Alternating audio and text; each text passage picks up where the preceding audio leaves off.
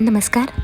प्राध्यापक डॉक्टर सुरेश मेणे लिखित मनाचे श्लोक अध्यात्माची पाऊलवाट या पुस्तकाचे क्रमशः वाचन. आजचा भाग.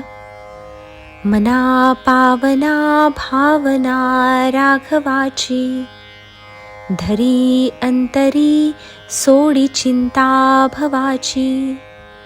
भवाची जीवा मानवा भूली ठेली, नसे वस्तूची धारणा व्यर्थ गेली.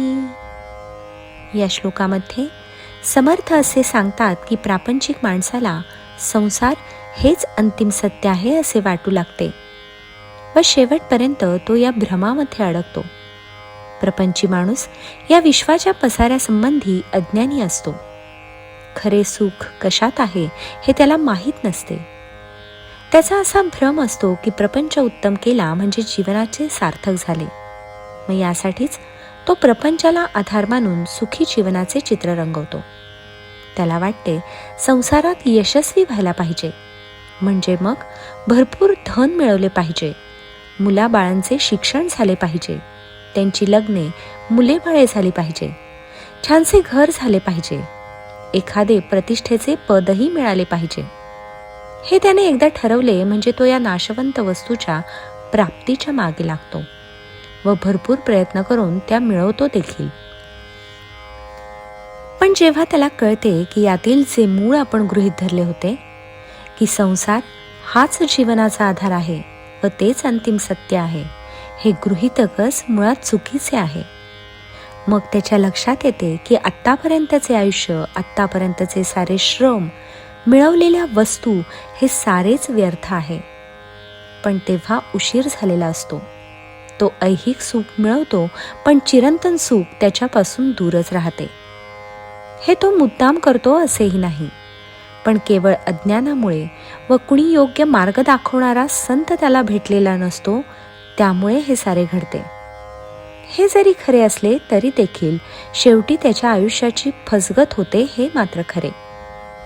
वाल्या कोळ्याची गोष्ट आपल्याला माहीत असेलच. वाटसरूंना लुटणारा वाल्या कोळी सत्याची जाण झाल्यावर पश्चाताप पावला व स्वतःचे जीवन त्याने प्रभूचरणी अर्पण करून तो वाल्याचा वाल्मिकी ऋषी झाला. यासाठीच समर्थ आपल्याला सावध करतात. ते सांगतात की आपल्याला चिरंतन सुख मिळवायचे असेल तर अंतःकरणातून तू संसाराची चिंता सोडून दे व तुझ्या मनात राघवाचे ठायी श्रद्धा असू दे.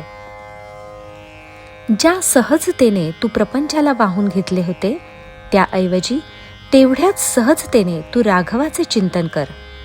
त्याचे प्रती श्रद्धा ठेव, म्हणजे आपोआप तू भवसागर पार करशील. यासाठी तुझा दृढ निर्धार बाळग की जेणेकरून प्रपंचातल्या चिंता नाहीशा होतील व तुझे मन राघवाचे ठायी एकरूप होईल.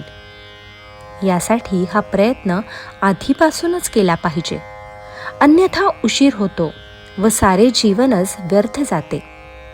वेळ निघून गेल्यावर काहीही उपयोग नसतो.